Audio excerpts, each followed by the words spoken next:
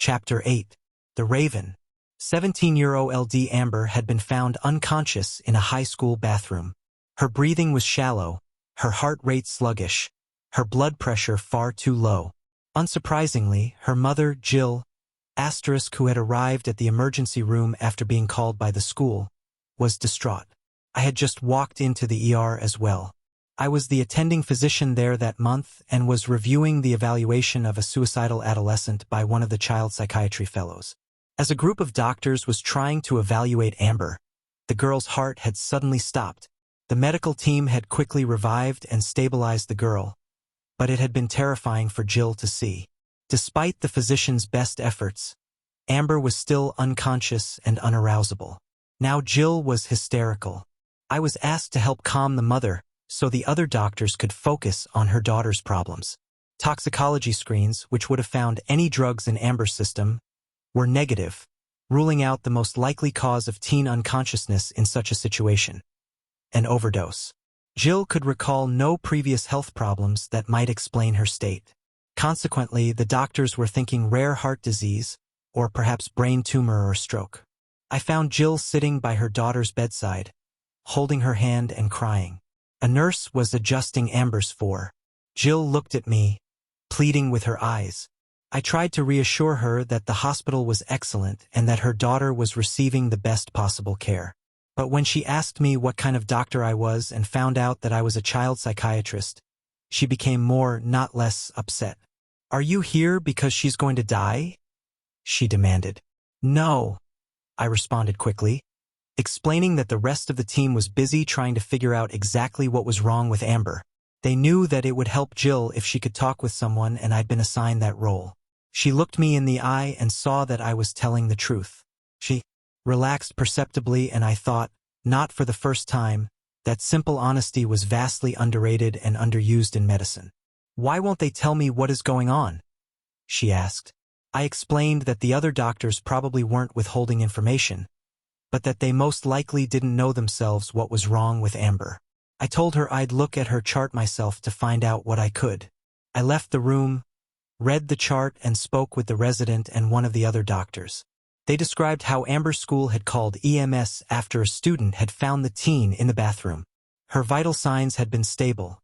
However, her heart rate was remarkably low, running between 48 and 52 beats per minute. A normal heart rate for a girl her age at rest is between 70 and 90. The paramedics brought her to the hospital, and the clinical team had been in the middle of their evaluation when her heart stopped. Then she had to be revived, in a scene now familiar from hundreds of episodes of medical dramas like ER. By this time, Amber had been in the emergency room for about 4 hours. During that period, she'd been seen by neurology, and a CAT scan had shown no brain abnormalities. Other neurological tests were equally normal. The cardiology service had also seen her, and they could find no heart problem that would explain her symptoms. All of her blood work appeared normal, and her toxicology screens were repeatedly negative. My suspicion had been correct. No one had told Jill what was going on because no one knew. I went back into the room and told Jill what I had learned. And then, using a simple technique I had learned as a way of helping people relax before beginning hypnosis, I began to ask about Amber's life, hoping to calm the mother while simultaneously finding some clue about whether something had gone wrong in the daughter's past. "Tell me about your daughter," I said. Jill looked confused by this seemingly irrelevant question. "Where was she born?" I prompted. Jill started to think back, and then offered me the same stories she had probably happily told 100 times since her daughter's birth. Most people's mood changes noticeably when they reminisce like this. As she talked about her daughter's birth, Jill smiled for the first time in our conversation. Whenever Jill began to falter, I would reprompt her, always sticking to topics that were likely to be neutral or positive, like Amber's first day of school or the books she enjoyed as a small child.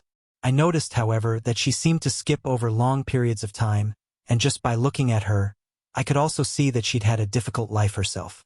She looked 10 years older than her actual age, in her mid-30s. Her bleach blonde hair was thin and her face haggard. Of course, no one looks especially good in a hospital room hovering over a seriously ill child. But Jill struck me as someone who had been through a great deal and had struggled hard to get where she was in her life. I could tell that she was leaving a lot out, but eventually, She filled in some of the blanks, admitting to a string of failed relationships and lousy jobs that had kept her and Amber moving around the country, rootless, for years. But now, at last, she had a good job as an administrative assistant and seemed committed to making Texas her home. As Jill spoke, I also studied her daughter. Amber had dyed black hair, triple piercings in one ear, double in the other. Then I noticed something that I immediately recognized might be important. Her forearm had dozens of short, shallow cuts on it. The cuts were perfectly parallel with an occasional crosscut. The location, the depth, and pattern were all characteristic of self-mutilation. Trying to figure out if the cuts might be relevant to Amber's medical problems, I asked Jill if anything had happened recently that might have upset Amber. The mom thought for a moment and then covered her mouth with her hands, as if to suppress a scream. It turned out that the night before one of Jill's former partners, Dwayne, had phoned. Jill had broken up with Dwayne 8 years back after discovering that he'd repeatedly raped her daughter, then age 9. The abuse had gone on for several years. Amber had answered the phone the night before she was hospitalized. Dwayne had suggested a visit before Jill got on the line and told him that neither she nor her daughter would have anything to do with him. Many cutters, as I would soon find out Amber have a history of trauma. When they mutilate themselves, they can induce a dissociative state, similar to the adaptive response they'd had during the original trauma. Cutting can be soothing to them because it provides an escape from anxiety, caused by revisiting traumatic memories or just the challenges of everyday life. In dissociative states, as we've discussed, people can become so disconnected from reality that they move into a dreamlike consciousness where nothing seems real and they feel little emotional or physical pain. These experiences are linked with the release of high levels of opioids, the brain's natural heroin-like substances that kill pain and produce a calming sense of distance from one's troubles. Research on rodents has shown that when these animals are totally restrained, a highly stressful experience for them, their brains flood with natural opioids, known as endorphins and enkephalins.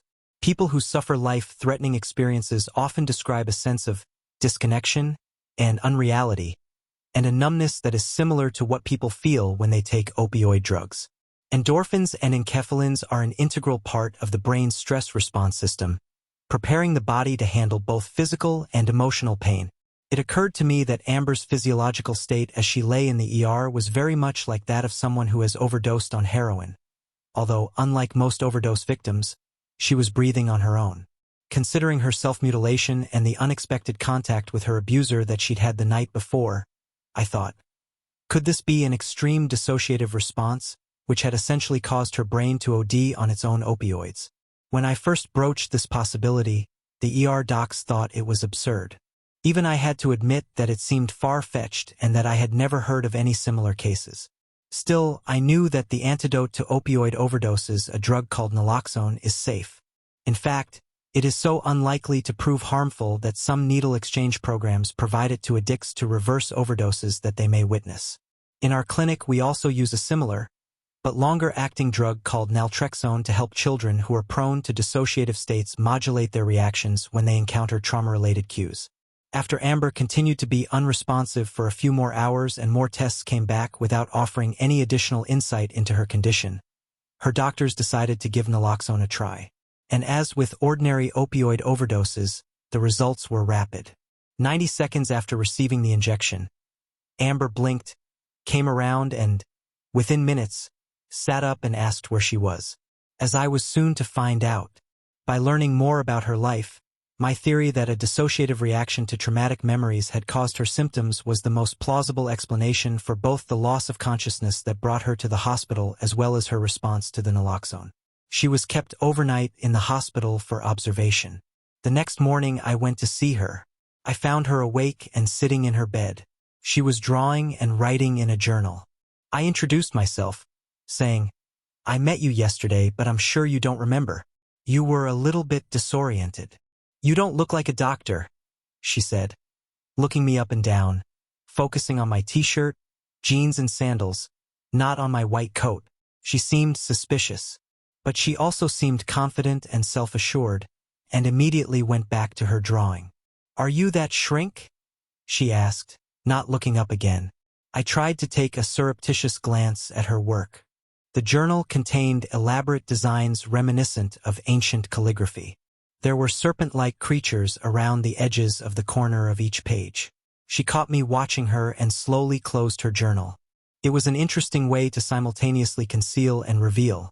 As she shut the book, she turned it toward me so I could more easily see the pages as they were being obscured by the book's cover.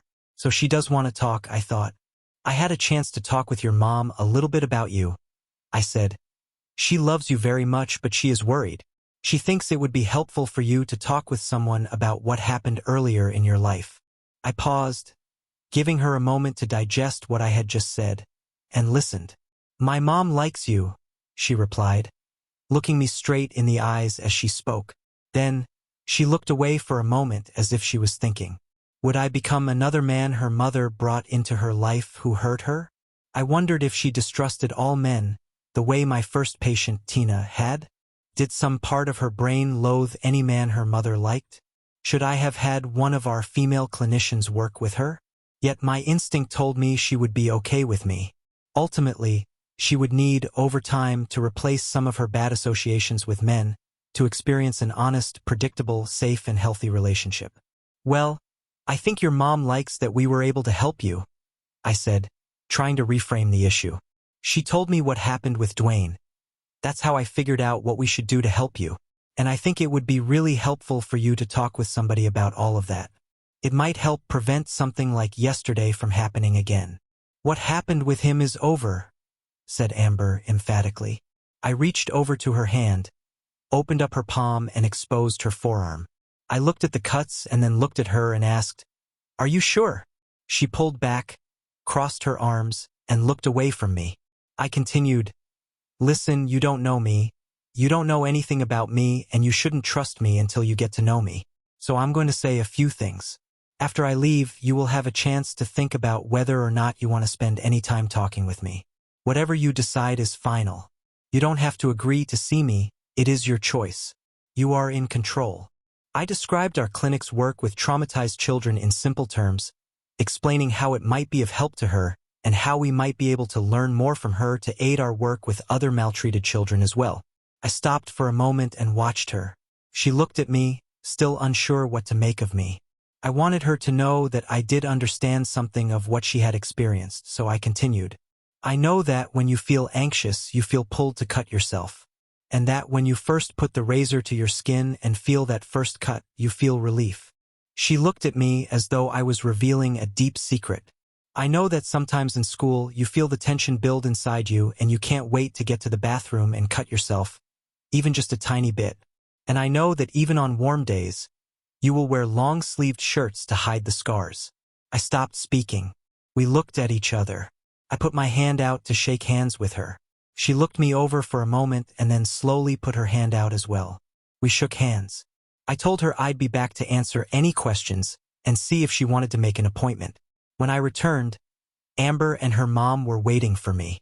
I think you're ready to go home, I said to the girl, adding, So what about you? Coming in to see me next week? Sure, she responded and gave me an uncomfortable smile. How did you know all that stuff? She couldn't resist asking. We can talk about that next week. Right now you get out of that stupid gown and go home and have a nice night with your mom. I tried to keep the moment light. Trauma is best digested bit by bit. Both mother and daughter had had enough in the past 2 days. When Amber started therapy, I was surprised by how quickly she opened up to me. It is not unusual for several months to pass before a patient shares her intimate thoughts during a weekly psychotherapy session. It took only 3 or 4 weeks before Amber started to talk about having been abused by Dwayne. Don't you want me to talk about being abused? She asked one day. I figured that when you're ready to talk about it, you'll bring it up, I said. I don't think about it very much. I don't like to remember it. I asked her when she did think about it. Sometimes when I'm going to sleep, she said. But then I just go away. Go away.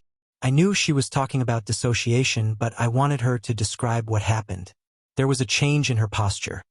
She cocked her head and stared into space, her eyes fixed down and to the left. I knew she was running some painful images through her mind. When it first started to happen, I was so scared, she said in a quiet, almost childlike voice. And it hurt. Sometimes I couldn't breathe. I felt so helpless and so small and so weak. I didn't want to tell my mom. I was so embarrassed and confused. So when it would happen, I would close my eyes and try to think about other things. Pretty soon, I was able to go to a safe place in my head. As she described it, she seemed to change. Little by little, I made that place my special retreat. Whenever I thought about going there and being there, I felt safe. Nobody knew where it was. Nobody could come in there with me. Nobody could hurt me there. She paused. She was now speaking in a low tone of voice, in a monotone, almost robotically. She was staring off into space as she spoke. She hardly blinked. We sat in silence for a moment, and then she continued. I felt like I could fly when I was in that place, and I began to imagine that I was a bird, a raven. I tried being a beautiful bird, a bluebird or a robin, but I couldn't be beautiful there. I tried being a majestic bird, like an eagle or a hawk, but that didn't work either. My mind kept making me something dark, like a raven, but I was powerful. I could control other animals. I was wise and I was kind, but I was absolutely ruthless in hunting down and using my power to kill evil. To those creatures, the bad ones, I was the Black Death. She paused again. This time she looked at me. Her words had been moving. I knew she'd never shared this with anyone, and that she felt that some of the power of her fantasy to comfort her lay in its secret nature. It is critical to protect someone when they are vulnerable in moments like this. Are you still the Black Death? I asked. She looked away for a moment and then back at me and started to cry. That was the real start of our work. As the weeks went by, I learned more and more about her. Amber's story would ultimately teach me a great deal about the dissociative response to trauma and how to help those who suffer from it. The sexual abuse that Amber had experienced was violent and terrifying, beginning when she was about 7 years old. Her parents had split when she was 2, and her mother found a new partner several years later and relied upon him to support the family. Dwayne would only molest her when he'd been drinking, which was about once every 10 days or so. Then, for days afterwards, he would seem remorseful, showering her with gifts and praise, trying to make up for what he'd done.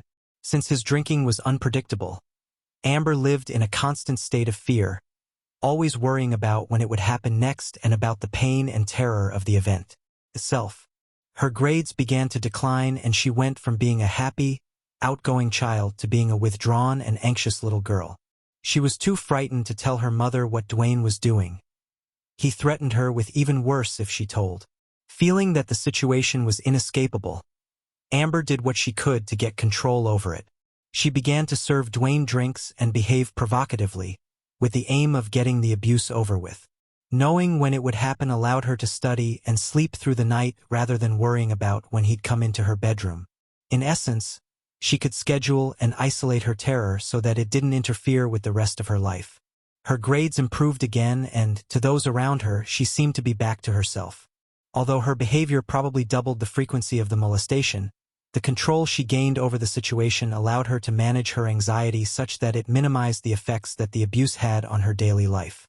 Unfortunately, of course, this would later produce a whole new set of problems related to her guilt over her feelings of complicity in his actions, but, at the time, it helped her cope with the trauma. When she was actually being raped or sodomized, Amber dissociated, withdrawing into her Black Death/Raven fantasy world. She would be chased by evil creatures and demons, but she would always triumph over them, as in a role-playing video game. The fantasy was elaborate and detailed. In fact, it was so encompassing that she literally no longer felt what was actually happening to her body. She encapsulated the trauma in a way that allowed her to function and cope, although, of course, she still suffered its effects when she was exposed to cues that reminded her of what had gone on, such as Dwayne's scent or the smell of certain drinks that he favored. Such cues would prompt a dissociative response that she could not control, in which she retreated to her safe world and did not respond to outside stimuli. The most extreme reaction was the one that had put her in the hospital the day after he called. The abuse had continued for several years. Then, when Amber was around 9, her mother caught Dwayne in bed with the little girl, and immediately kicked him out. She didn't blame Amber, as many mothers unfortunately do in such situations, but, other than calling the police, she didn't seek help for her, either. Sadly, the district attorney didn't pursue the case after the perpetrator moved out of state. And Jill had problems of her own to deal with. As a single mother with few skills, she now had to struggle to support herself and her daughter.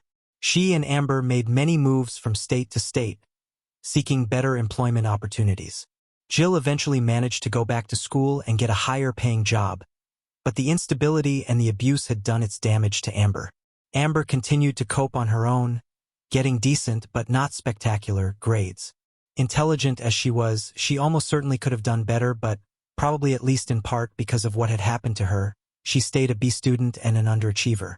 Though she was not the most popular girl in her class, she was not the least popular either. She hung out with a group of teens in the middle of the social spectrum who were goths. Dressed in black, but were not especially extreme in their behavior. They didn't drink or take drugs, for example, but their interest in mysticism and alternative culture made them tolerant of those who did. A recent study of goth youth culture, in fact, found that it tends to attract adolescents like Amber who have histories of self-harm. Interestingly, becoming a goth didn't increase self-harm.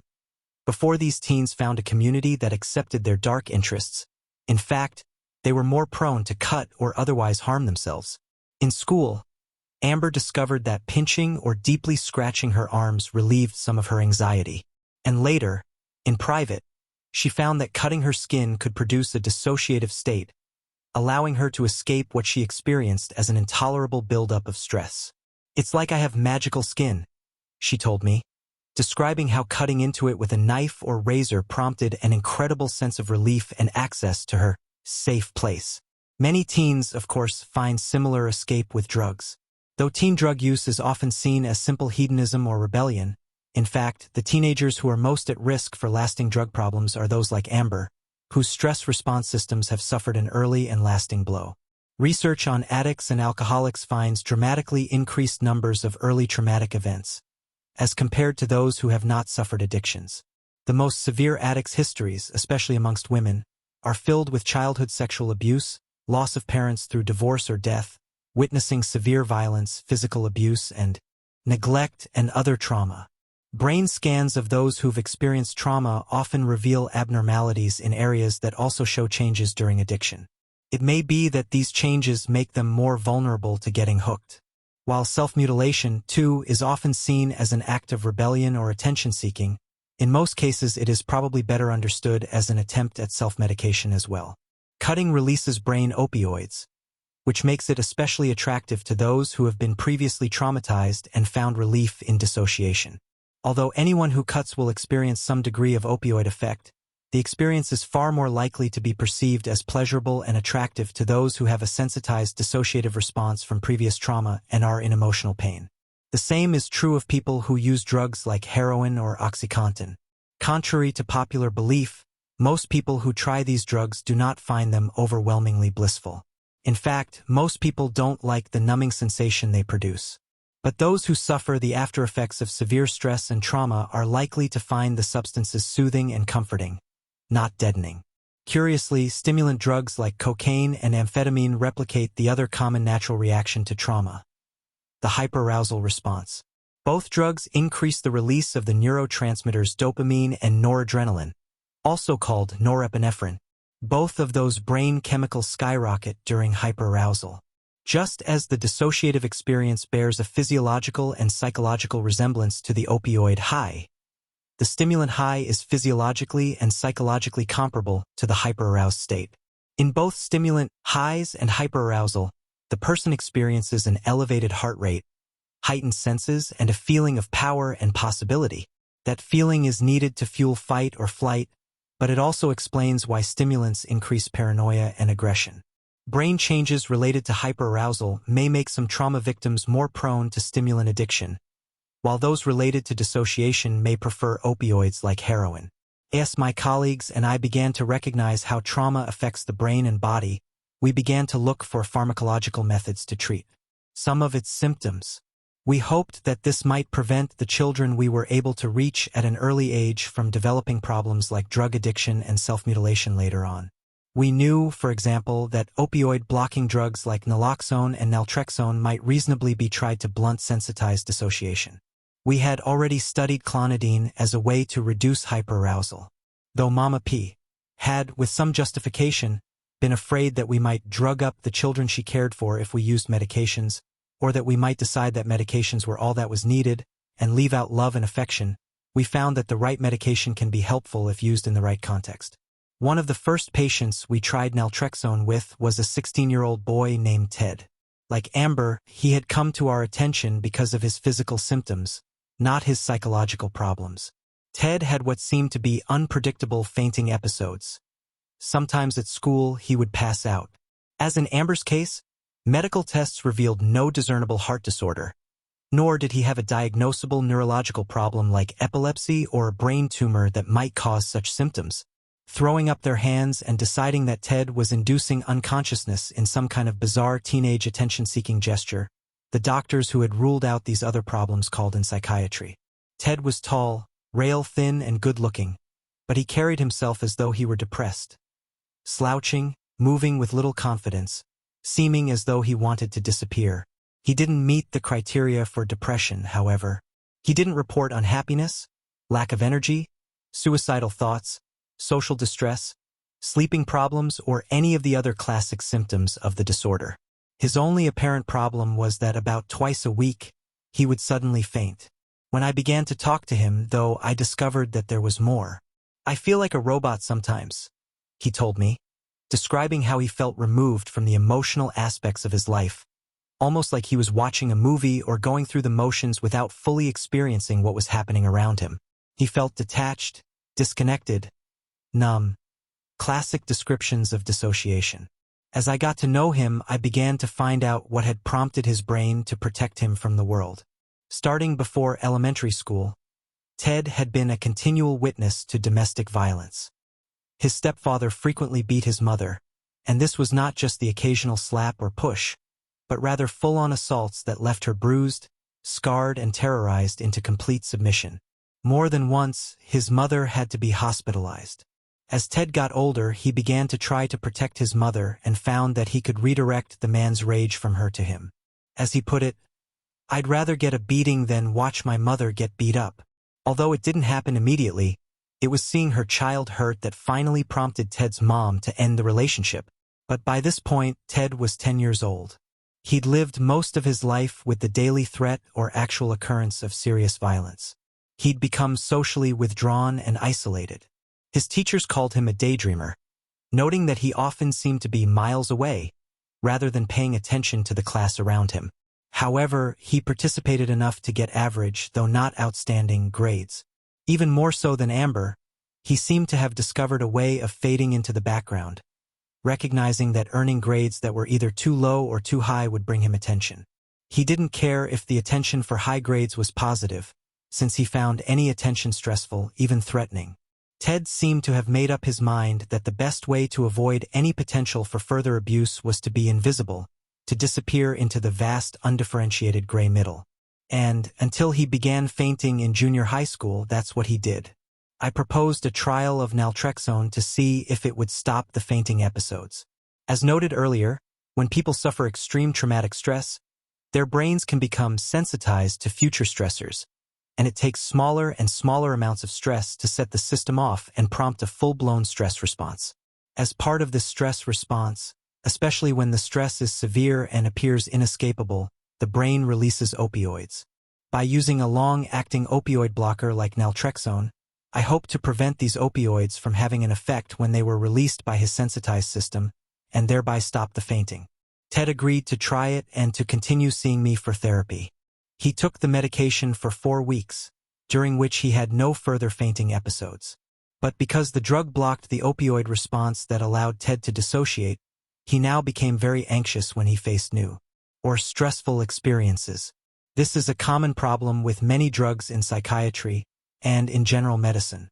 A drug may be excellent at eliminating a particular symptom, but does not treat the whole person and deal with the full complexity of his problem, and therefore it may exacerbate other symptoms. In fact, we found that parents and teachers often thought that naltrexone made the child worse, because rather than spacing out in response to perceived stress, many children began to have hyperarousal symptoms instead. These fight-or-flight reactions appeared far more disruptive to adults because the children now appeared more active, more defiant and sometimes even aggressive. We could give clonidine to minimize the hyperarousal, but without helping the child learn alternative coping skills, the medications had no enduring effects. We ultimately decided that while there were certain cases in which naltrexone could be helpful, it had to be used with great care. Ted had problems that ran much deeper than occasional fainting. He had a dissociative disorder that had deeply affected his ability to deal with emotional and physical challenges. In order to help this young man, and not just resolve the medical issue that had brought him to us, we needed to help him learn how to cope with his stress.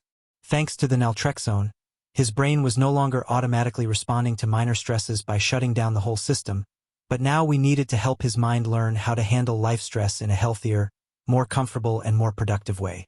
As with Amber, it was not only Ted's sensitized stress system that had led to his problems, it was also the associations he'd made related to his abuse that were getting in his way. When Ted and I began to talk, I started to understand that his fainting was most often triggered by interactions with men and with the trappings of masculinity, cues that reminded him of his abuser, who had been an extremely macho military man. The fainting itself had been precipitated by his entry into late adolescence, a situation that exposed him to mature men far more often than before. Now, not only did he have contact with male teachers and coaches, but also he, along with his peers, was beginning to show signs of adult manhood. As a young boy, he could avoid many of these triggers, but now they were everywhere. In order to teach him to respond to these cues without overreacting and engaging a dissociative response once he was no longer taking the naltrexone, I needed to have him experience them in a safe setting. I decided to give him the shorter-acting opioid blocker, naloxone, at the beginning of his therapy session with me, expose him to male-related cues and help him face them so that they would no longer be so powerfully stressful to him. By the end of our session, the naloxone would wear off so that if he did experience cues later on, he could dissociate if he felt extremely threatened. To maximize the effect, I had to act a lot more stereotypically masculine and macho than I usually do, which was a lot easier back then when I was a bit younger and in pretty good condition. On days I had therapy with Ted, I would tuck my shirt into my pants to emphasize the male characteristics of my waistline and roll up my sleeves to expose my forearm muscles. It seems silly, and sometimes it felt silly, but it allowed him to develop a healthy relationship with a male and get used to such cues. When he began to experience feelings and memories related to the abuse, I could calm him and reassure him that he was safe, and he could see for himself that he could handle things without having to shut down. Ted was highly intelligent, and I explained the rationale for our treatment to him. He soon came up with his own ways of furthering the process. He got assigned to record statistics for the school basketball team, which would let him be around young men in situations where he would be safe and comfortable and could develop new associations to replace those that had previously prompted his symptoms. His fainting never returned, and, while he continued to try to fade into the background, he became better at fully experiencing his own life. I made progress with Amber, too. We met each week for the first 10 months following her ER visit. Since she did not have regular fainting episodes and had some degree of control over her dissociative symptoms, I decided not to use naloxone or naltrexone. I looked forward to our sessions. Her intelligence, creativity, and sense of humor allowed her to articulate her story in ways that gave me greater insight into other children who weren't able to be as clear about what they were going through. But she was also fragile, overly sensitive, dark, and tired inside. It takes a great deal of energy to remain vigilant and on guard the way Amber was. It is exhausting to view the entire world as a potential threat. She didn't just fear physical threats either. She tended to twist positive comments from others into neutral remarks, neutral interactions into negative exchanges, and any negative cues into catastrophic personal attacks. "They hate me," she would say.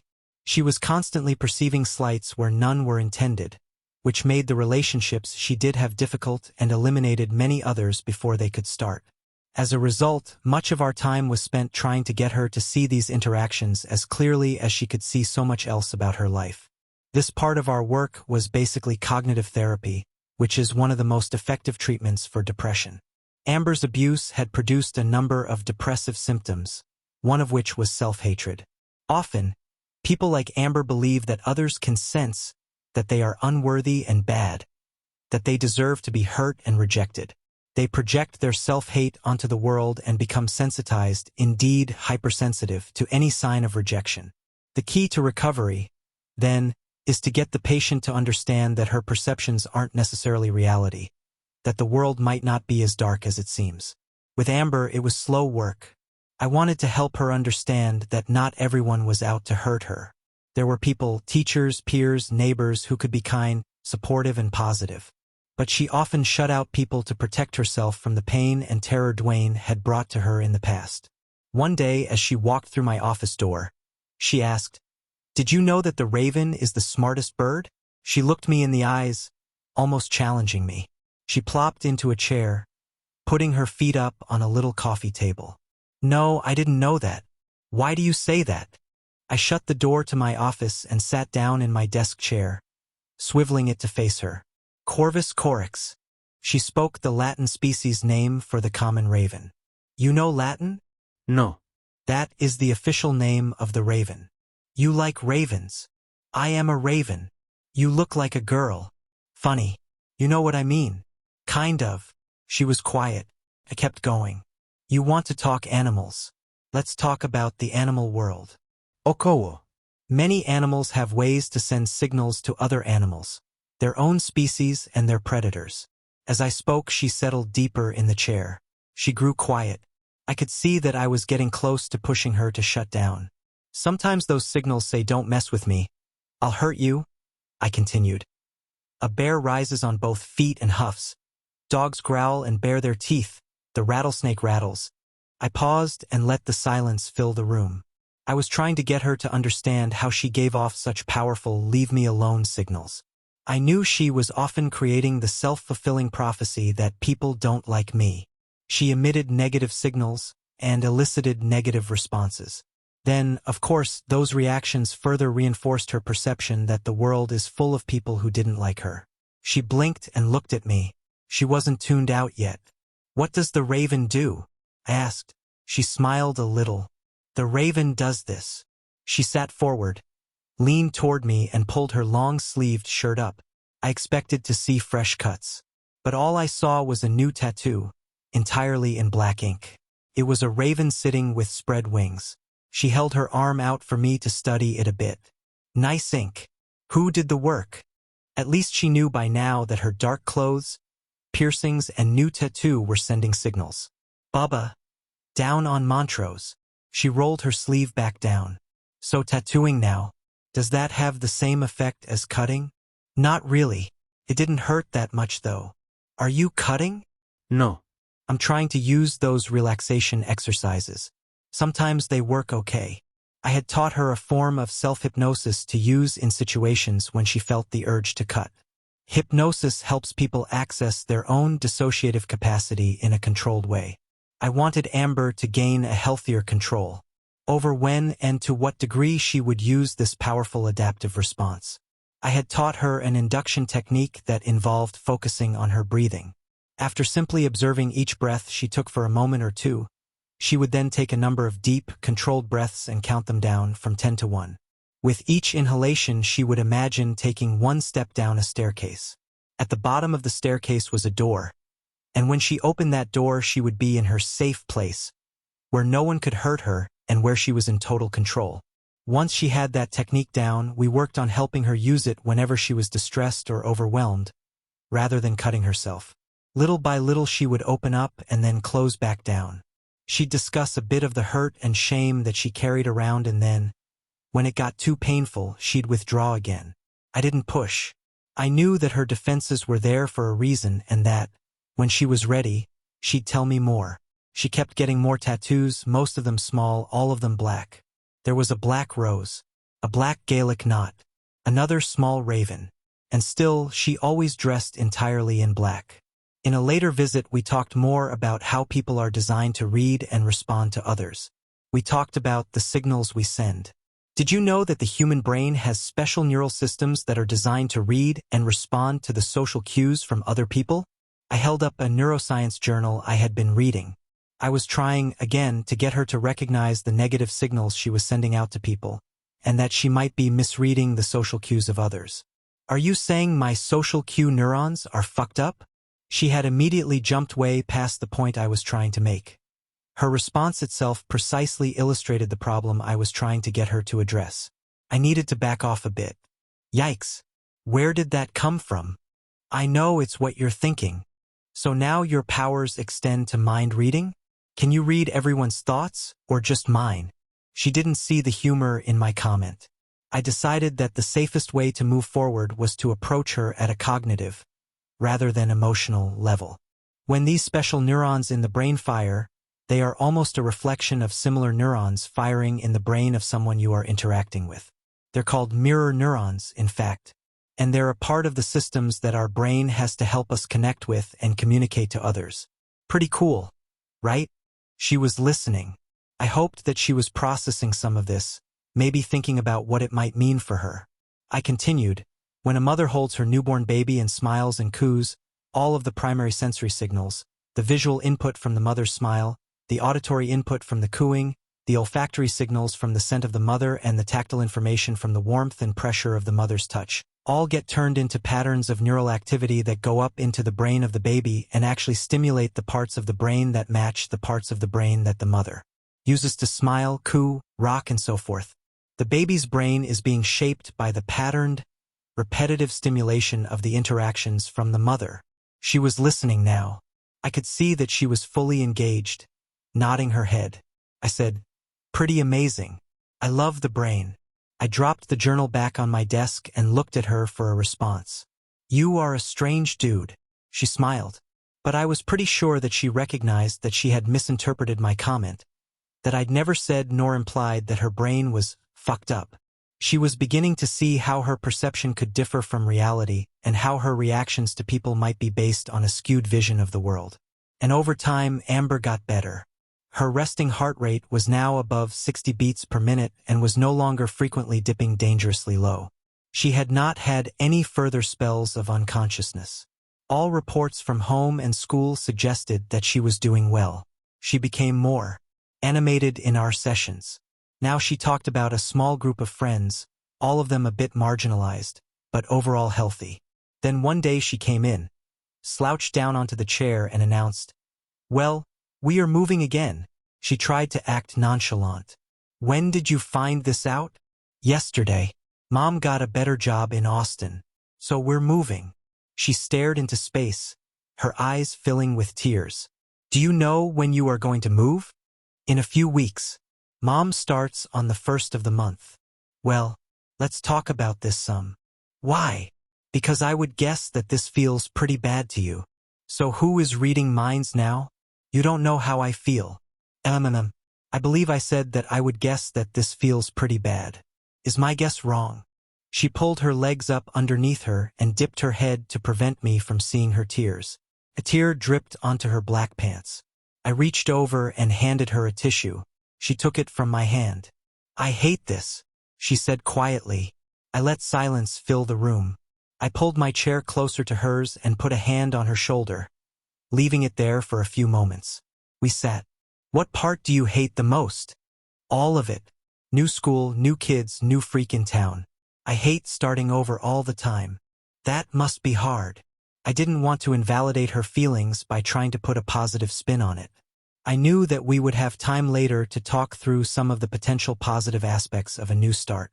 I just let her spill out her frustration and sadness. I listened. The next week, she came in, announcing, "I can't wait to get out of this town." She had already flipped to the "who cares" mode. It is easier to leave people places if you don't care about them. "So I guess all those tears last week were." She looked at me angry. I held her gaze and allowed her to read my face, my expression, which told her that I was sad and concerned about her, and her anger melted. We started the hard work of helping her with this transition. During those last few weeks, she struggled with how to present herself to her new school. Was she ready to start over? Did she need to always project anger, darkness? Did she always have to wear black? She was beginning to think that she might be able to be softer, more open and more inviting to new relationships. Our discussions about the animal world and how the brain works had seeped into her understanding of herself. "I can't decide what to do. I don't know if I should try to start over and be myself or to protect myself. I don't know what to do. I don't know how to be. When the time comes, you will make the right choice." "What do you mean?" If you make the choice, it will be right. Just don't let anyone else choose for you. Don't let your mom or your friends or me or... I paused and caught her eye. The ghost of Dwayne make the choice for you. How does Dwayne have anything to do with this? I think that the darkness is not your own. I think those things that worked when you were being abused, the disengaging, the fantasizing, the darkness you projected to the world, were forced on you by Dwayne. No. I made that world. Remember when you told me that when you first retreated to that world, you wanted to be a songbird, a bluebird, or a robin? And it didn't work. Yeah. Those beautiful, colorful songbirds were your first choice, Amber. Maybe they didn't work then because they were too vulnerable. And you needed something more powerful, dark, menacing to protect you. Yeah. Maybe you don't need that now, Amber. Maybe it would be okay to let the birds sing. I don't know. Me neither. But when the time is right, you will know. And when the time is right, you will make good choices. Before the move, I tried to encourage her and her mother to see a new therapist in Austin. I gave Jill a list of names and reassured her that I often worked with colleagues from a distance. I told her that I would remain available by phone or for occasional consultation visits to track Amber's progress. But ideally, I hoped that she would find a primary therapist in Austin where she could continue the work we had started. Amber didn't like that idea. I don't need to see a shrink. I'm not crazy. Have I been treating you like you are crazy? No, she was quiet. She knew her argument was ridiculous. Listen, it's up to you. My opinion is that it would help you if you take the time to find the right person. Meet with these folks and you can see who you might feel comfortable talking with. Okowo. She looked at me knowing that I knew she wouldn't really try. Well, just make sure that whatever choice you make, it's truly yours. And I reached my hand out to seal the deal. She shook my hand. Sure thing, document. We did hear from Amber's mother a few times in the first 6 months after they moved. She had taken her daughter to the first therapist on the list of referrals we'd provided. But Amber didn't like the woman. They hadn't gotten around to trying again. All too often when things seem okay, parents aren't motivated to follow through with the expense and inconvenience of therapy. Since Amber was doing great, her mom didn't push it when Amber resisted finding a new therapist. More than a year after Amber moved to Austin, I signed onto my email and saw a note from Blue Raven 232. At first, I thought it was spam and almost deleted it. Then I saw the subject, New Tattoo. I read it. Dear Doc, wanted you to be the first to know. I got a new tattoo. A bouquet of flowers, orange, red, purple and blue. Real girly girl. No black ink. Blue Raven. I wrote back. Thanks for the note, sounds like a nice choice. Good work. One question. Sky Blue Raven? Dr. P. Later that day, she wrote back. No. Navy Blue Raven. Hey, it's a start, right? I smiled as I typed back. It's a good start, Amber. Every now and again, I get email from Blue Raven. She is now a young adult. She went to college and graduated in 4 years. Like all of us, she has had her ups and downs. But from what I can tell, she is a healthy, productive, and caring young woman. She works with young children now and can't decide whether to go back to school to become a social worker, police officer, or a teacher. I suspect, however, that she will make the right choice for her. And I know that because of what she's been through and what she learned about how trauma can shape a child's view of the world, in whatever capacity she works with children, they will be very lucky to know her.